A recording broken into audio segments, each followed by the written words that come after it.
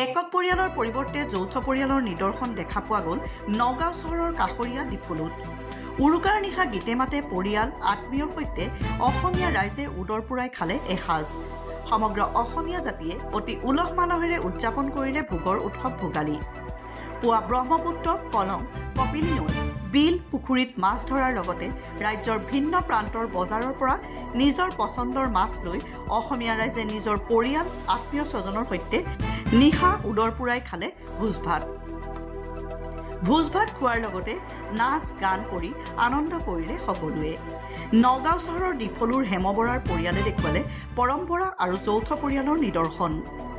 পৰিয়ালটোৰ প্ৰায় 10জনীয়া ককাই ভায়ে উৰুকাৰ নিশা সকলো সদস্য একগোট হৈ উৰুকাৰ ভোজ ভাত খোৱাৰ লগতে গীতৰ তালে তালে নৃত্য কৰি বিহু গীত গাই পৰিয়ালটোৰ জ্যেষ্ঠ কনিষ্ঠ সকলোৱে মিলিজুলি নৃত্য কৰি